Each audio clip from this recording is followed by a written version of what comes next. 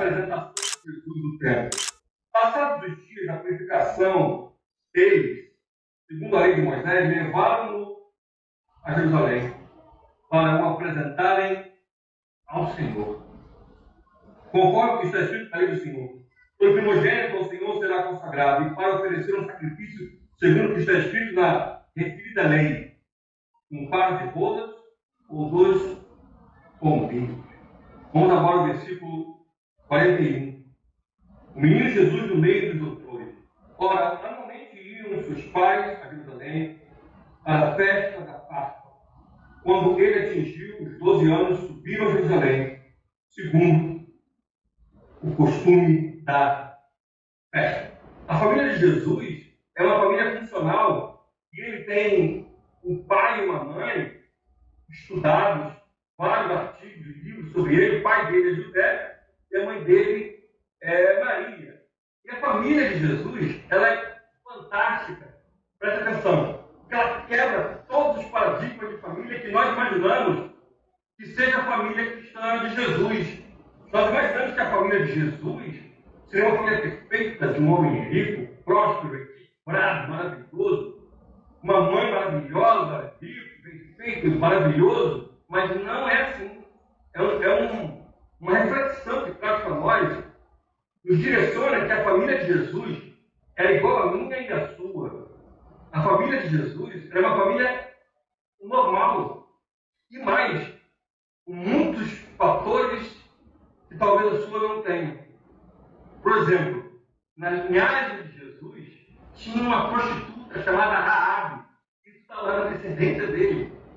Então, talvez na sua não tenha. Talvez se tem alguém com um passado ruim, você esconda. Mas a Bíblia mostra que na linhagem de Jesus tinha uma prostituta. E mais, José, nós sabemos que não era o pai biológico de Jesus. Era o padrasto. Era o pai do coração, do amor.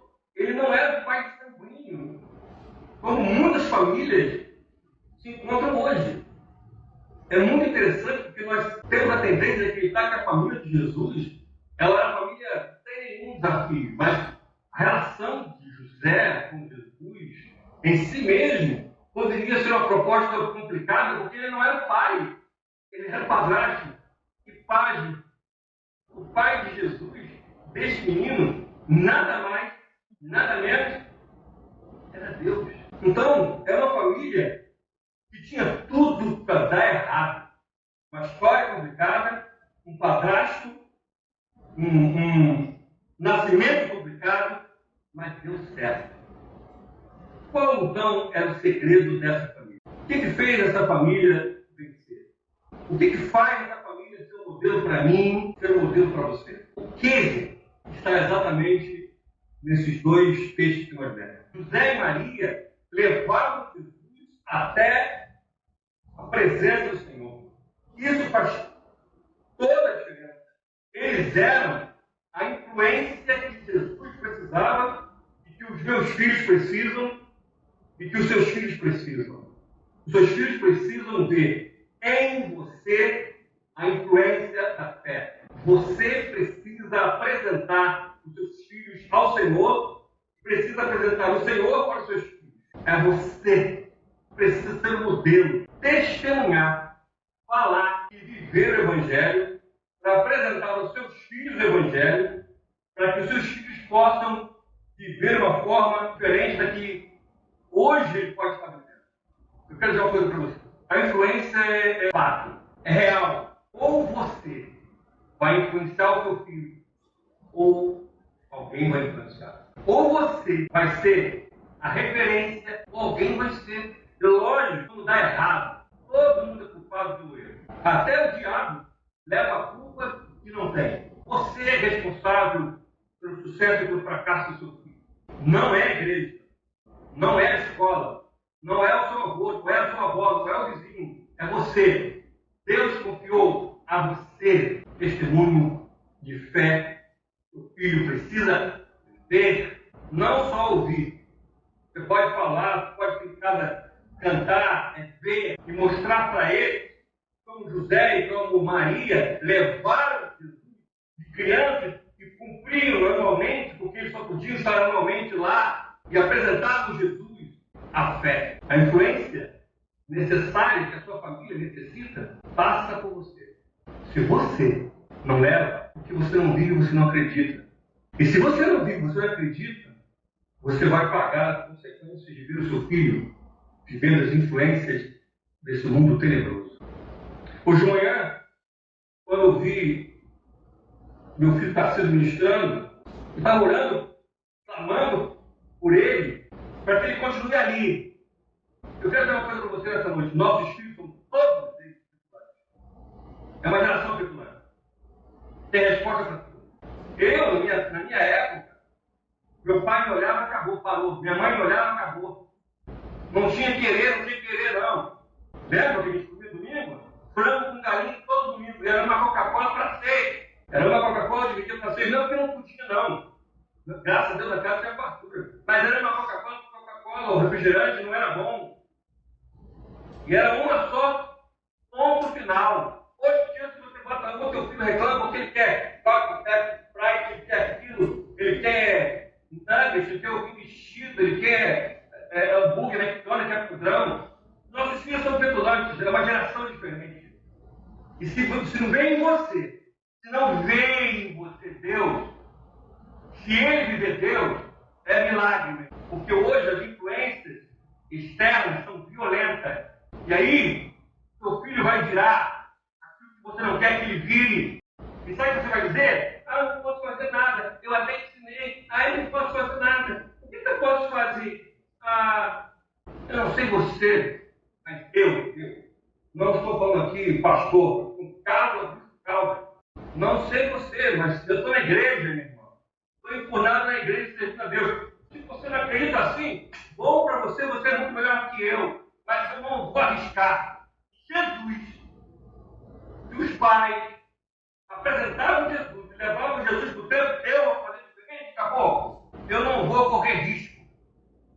Essa geração petulante, ela vai olhar na sua cara e vai dizer na sua cara, se ela não verbalizar, ela vai mostrar com as atitudes que você não é referência de nada, que você não influencia nada, e que o mundo, todas as influências, são mais fortes do que você. Você precisa ter influência espiritual para o seu filho. Eu fico chocado, e eu vou passar isso, e graças a Deus não tem contrato com nada, só com Deus. Pais que não vão para a igreja porque vão fazer aquilo, aquilo, outro. E o teu filho está vendo. Tanto que eu digo para os meus filhos, estou na sala aqui, os petulares lindos. Qual foi o dia? Qual foi o momento? Fala aí. Estou aqui, ó.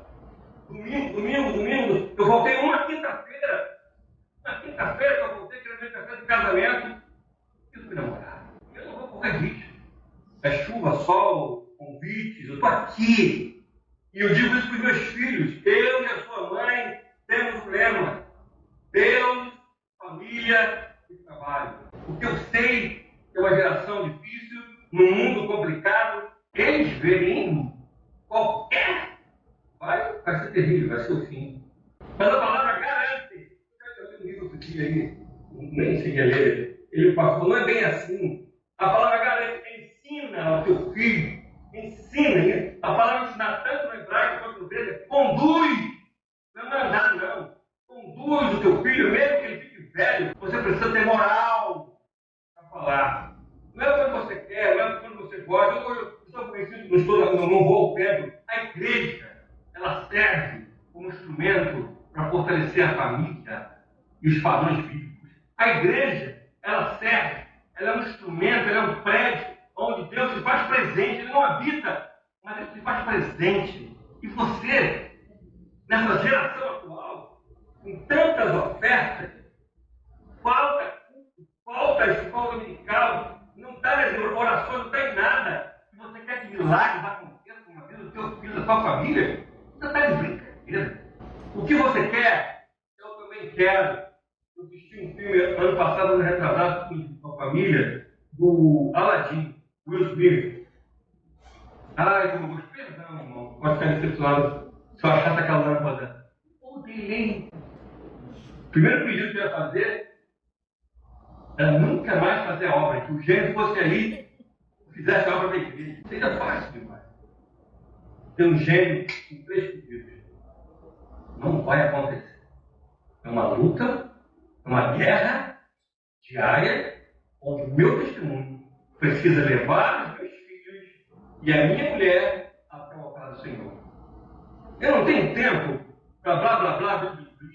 Eu estou desanimado, eu estou animado, tá louco? Conversa para boi dormir. Vê se desanima com churrasco, vê se desanima com futebol, com uma festa. Desanima. Se você é um desses, amigo, sua família vai ser destroçada, engolida. Uau! Depois que for uau engolida, chora. Não vim aqui com blá blá blá, com palavras falando do Senhor, que o sucede. É isso.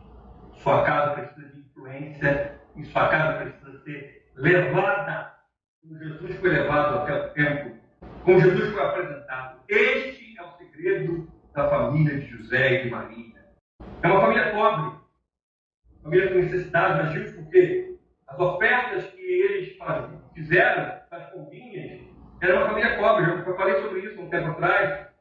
É uma família com desafio, porque só fazia a oferta de rola e pombinha se você não tem condições financeiras. Eles viviam apertados, tinham desafios financeiros, como você tem desafios financeiros. Ou seja, padrasto, família que tinha prostituta na genealogia, eles estavam sem dinheiro e eles impugnaram a sua vida e apresentando Jesus ao seu filho e seu filho a Jesus. Esse é o segredo. José foi a grande influência de Jesus. Quando eu abri a Bíblia, no livro de Marcos, no Evangelho de Marcos, no capítulo 6, não é este o carpinteiro, filho de Maria, irmão de Tiago, José, filho de Simão, e não vivem aqui entre nós, seus irmãos, e escandalizavam-se nele. Ou seja, Jesus se transformou em carpinteiro com o seu pai. É interessante essa palavra carpinteiro. Talvez você fique chocado, mas no hebraico, a palavra que está escrita é tecton. Exatamente como se fala. E tecton não é carpinteiro, é construtor. A melhor versão para essa palavra, Jesus e o pai dele não eram carpinteiros, eram construtores. Trabalhavam com pedras, trabalhavam com ferro e madeira. A colocação que Jesus era carpinteiro é uma inclinação muito fraca. Jesus era construtor, como seu pai. Ele herdou do seu pai a profissão de que um menino, naquela geração, aos 12 anos, precisava aprender o ofício do pai.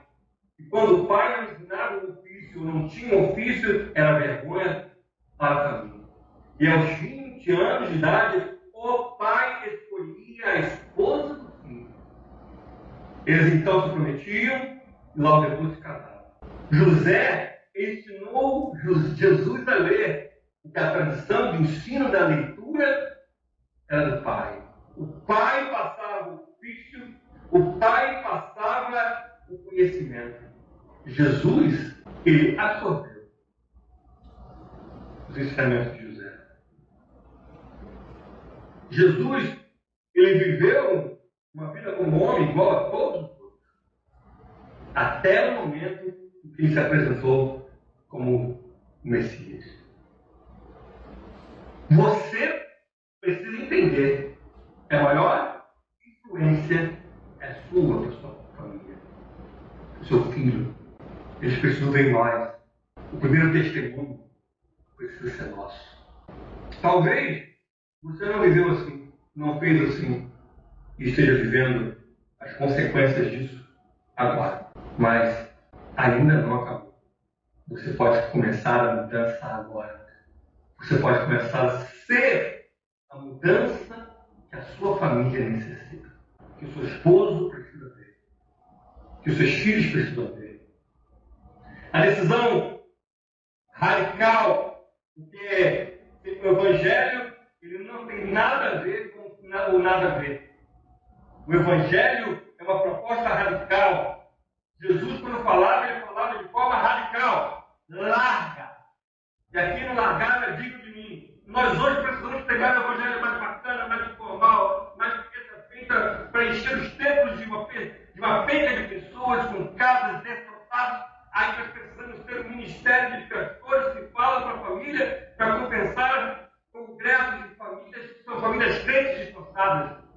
mas o momento em que você toma uma posição e se quebranta diante de Deus e muda, a sua casa vai ser afetada. Não tem como uma mãe, um pai que andarem e viverem um testemunho de joelhos não afetarem as pessoas que estão ao seu redor. Precisa sofrer uma transformação. É muito mais do que um ato religioso de frequentar a igreja. Essa semana eu tive o privilégio de receber aqui o pastor João, que é o pastor do meu filho Sérgio, e de conversar comigo sobre o Apocalipse. Eu conversei com ele, mostrei uma série de coisas, conversamos. Mas no início eu conversei com ele que na nossa igreja nós temos um discipulado forte de pastores que cuidam, que falam. Não vai adiantar ter esses pastores se você não quiser, se você não desejar e não ver. Preste atenção, a necessidade de conversão, nós vamos ficar aqui. Eu vou falar no hebraico. Vou falar no hebraico, aramaico, você vai entender em português, mas eu vou falar em hebraico, aramaico. Blá, blá, blá, blá, blá, blá, blá, blá, blá.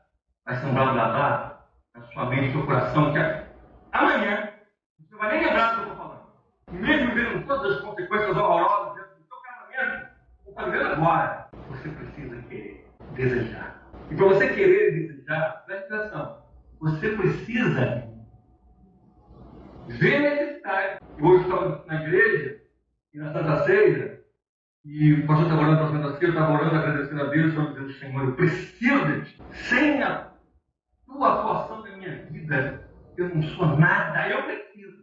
Se você que está aí não vê necessidade, vai ser um religioso, vai junto, vai frequentar o templo no culto que você quiser, da forma que você quiser, vai viver a religiosa, fedorenta, da forma que quer, do jeito que quer, nem se importando, nem aí com a influência dos seus filhos, e oportunando os pastores, tudo meu filho, olha meu filho, diga meu filho, ai. O Evangelho exige de nós um desejo e uma visão que eu preciso de Deus. Eu preciso de Deus no casamento.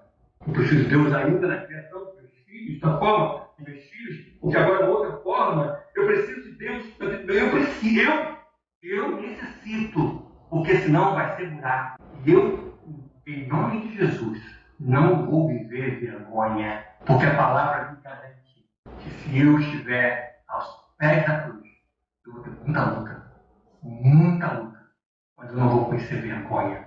A palavra diz para mim, velho, até as palavras do Senhor Jesus, que a minha descendência vai ser descendência abençoada. Então eu vejo necessidade de estar na casa do Pai, me enfurnar nos poucos, me enfurnar em oração, me enfurnar em estudar a palavra. Eu vejo e chamo meus filhos, tem culto de quinta, estou trabalhando, pai, vou fazer isso, tem culto terça-feira, meia-noite, chama, vamos orar. Se você não vê, você vai viver fragilizado. Passa por a história de José e Maria que enfurnaram Jesus, levavam Jesus, eram crentes posicionados em Deus. Se você mudar, se você se ajoelhar, se você servir a Deus de todo o seu coração de forma radical. Olha o conto de Jesus com Pedro. Larga tudo. Vem salvar a tua vida. Porque o Evangelho é salvação. O mundo não é glória, poder, maravilha, o deleite, life. Seguido de destruição. O Evangelho não. É quadrado, é entrega, é uma vestimenta pesada que é a armadura de crente. É estar em clamor, é estar servindo.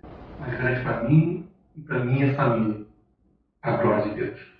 Eu vejo necessidade. E quero, alustradamente, Deus na minha vida.